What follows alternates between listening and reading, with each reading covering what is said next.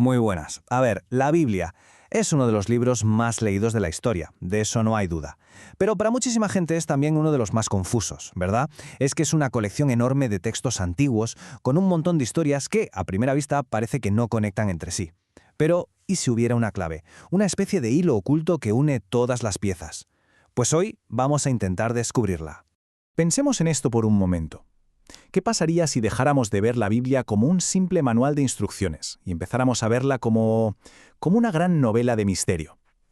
Una historia con una trama principal, una trama oculta que solo se revela al final. Solo con cambiar esa perspectiva se nos puede abrir una comprensión totalmente nueva de las Escrituras. En las buenas novelas de misterio, y también en muchas series y películas, existe lo que se conoce como la doble narrativa. Por un lado está la historia que vemos en la superficie. Vamos conociendo a los personajes, seguimos las pistas que nos dan y, claro, montamos nuestras propias teorías. Pero por debajo, sin que nos demos cuenta, se está desarrollando otra historia, la de verdad, que al final es la que da sentido a todos los pequeños detalles. Vamos a explorar primero esa narrativa aparente, la que se ve a simple vista. Es la forma más común de leer la Biblia, la lectura superficial que se centra en las historias y en los personajes por separado. Una perspectiva que seguramente hemos tenido casi todos en algún momento. Si la leemos así, la Biblia se convierte en una especie de galería de héroes. Vemos a personajes como David, como Moisés o como Esther, y damos por hecho que el objetivo de sus historias es darnos ejemplos a seguir, héroes a los que imitar y, por supuesto, errores de los que aprender para no cometerlos. De forma muy parecida, se lee como si fuera una larguísima lista de mandamientos y reglas. No robes, honra a tus padres, sé generoso. Es lo que se llama una lectura moralista, porque el foco principal está en lo que nosotros tenemos que hacer o dejar de hacer. El problema es que esta forma de leer nos deja con un montón de cabos sueltos, con preguntas que no terminan de tener respuesta. Las historias parecen piezas de un puzzle gigante que no encajan del todo.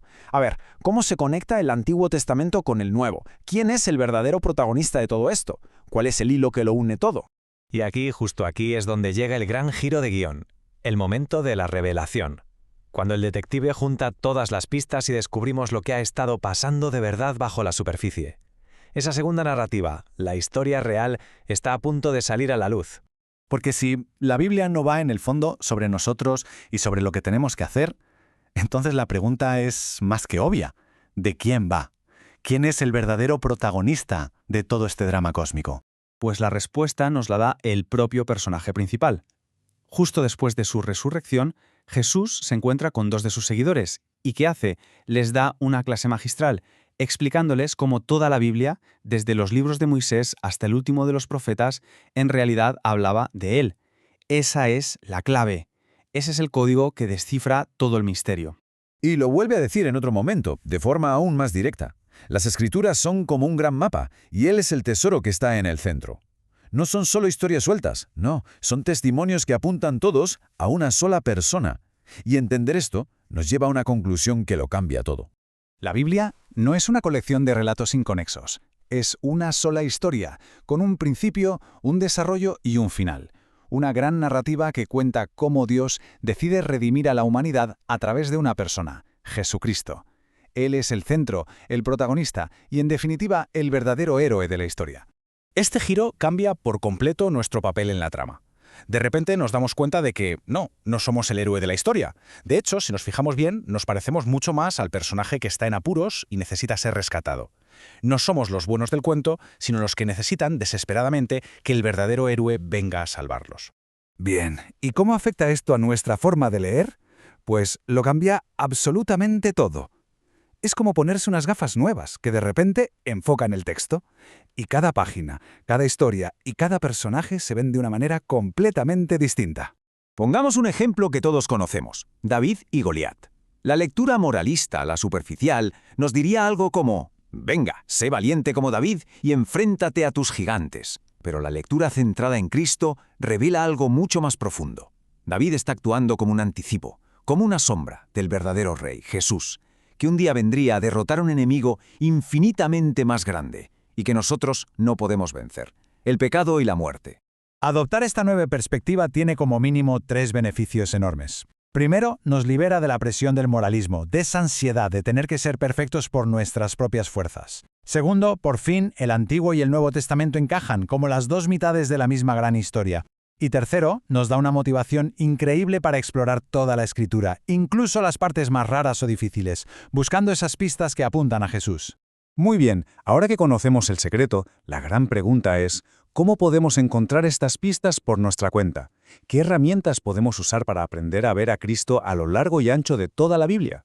Pues aquí tenemos una especie de kit de detective con 4 lentes distintas para leer. Podemos buscar textos de predicción, que anuncian directamente lo que Cristo haría, también textos de preparación, como los rituales de los sacrificios, que preparaban a la gente para entender su significado, textos de resultado, que muestran las consecuencias de su obra en la vida de la gente, y por último textos de reflejo, que nos enseñan cómo es el carácter redentor de Dios y nuestra profunda necesidad de un Salvador. Mirad este ejemplo de predicción, que es alucinante. Si comparamos el Salmo 22, escrito unos 1000 años antes de Cristo, 1000 años, con el relato de la crucifixión en el Evangelio de Mateo, los paralelismos son increíbles. El reparto de la ropa, las burlas de la gente e incluso las mismas palabras exactas que Jesús grita desde la cruz. Es una predicción con un nivel de detalle asombroso. Hay una frase que lo resume todo a la perfección. El Calvario, la cruz de Cristo, es como esa gran montaña en el horizonte que nos sirve de referencia mientras viajamos por el inmenso paisaje de las Escrituras. En el momento en que la perdemos de vista, nos desorientamos y perdemos el rumbo. En resumen, la Biblia deja de ser un laberinto de historias y leyes inconexas para convertirse en un mapa del tesoro. Un mapa fascinante, donde todas las pistas, todos los caminos, conducen a una sola persona. Y ahora que conocemos el centro de ese mapa, la X que marca el lugar, la pregunta que queda en el aire es, ¿qué nuevos descubrimientos nos esperan en este viaje?